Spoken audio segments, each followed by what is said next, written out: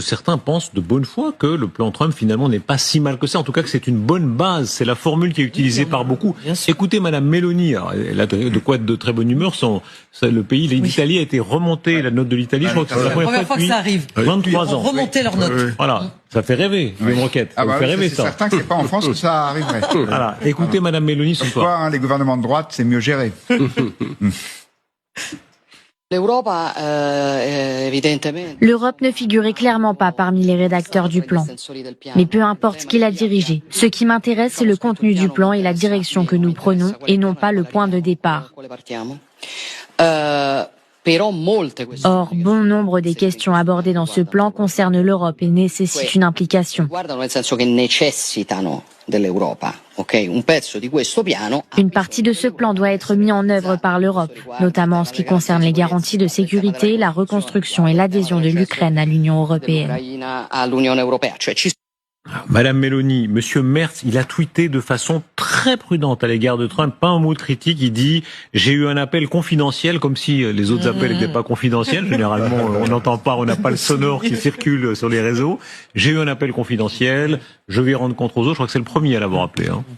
Alors, a priori, les Allemands auraient, il y a un quotidien allemand qui rapporte ça, eu vent du plan avant les autres Européens. Donc ça, c'est une manière d'enfoncer un coin supplémentaire dans la solidarité européenne.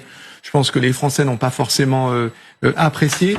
Mais puisqu'on est à l'heure ou à la minute des tweets, comme on dit, je pense que la palme revient aisément à Donald Tusk, le Premier ministre polonais, qui dit pas de problème pour travailler sur un plan. Par contre, d'abord, on aimerait bien savoir d'où vient le document. Ouais. Quand j'ai découvert ce message, j'ai trouvé ça quand même assez osé de la part du Premier ministre polonais qui quand même alimente la confusion concernant l'origine du document qui est en train de circuler. L'habileté de Donald Trump que soulignait Guillaume à l'instant, à savoir d'ouvrir tous les fronts, il est aussi vrai sur le calendrier.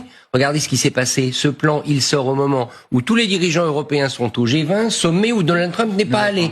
Ouais. Donc, c'est très habile tout ça. C'est-à-dire, ça les met quand même en porte-à-faux. Ils sont au G20 en train de discuter de questions d'ailleurs dont ils ne sortent pas vraiment les Européens. Et ils se retrouvent obligés de rentrer dardard en Europe et à peine rentrés de se retrouver à la tête d'une coalition des volontaires avec des diplomates qui ont déjà commencé à négocier. Ça, c'est pas du tout anodin. Ouais. Je crois que Macron il est même à Libreville, là. Il vient d'arriver au Gabon. Absolument. Et dans un sommet à Johannesburg où les pays du Sud ne sont pas particulièrement intéressés par le conflit en Ukraine. Et si ça se trouve, les pays du Sud leur ont dit, mais finalement, ce plan, il est pas si mal. Des sous-débats qui sont pas particulièrement capitaux pour ce sommet-là. Quelle est la pression qui s'exerce sur Zelensky? Écoutez Thierry Breton, il était l'invité de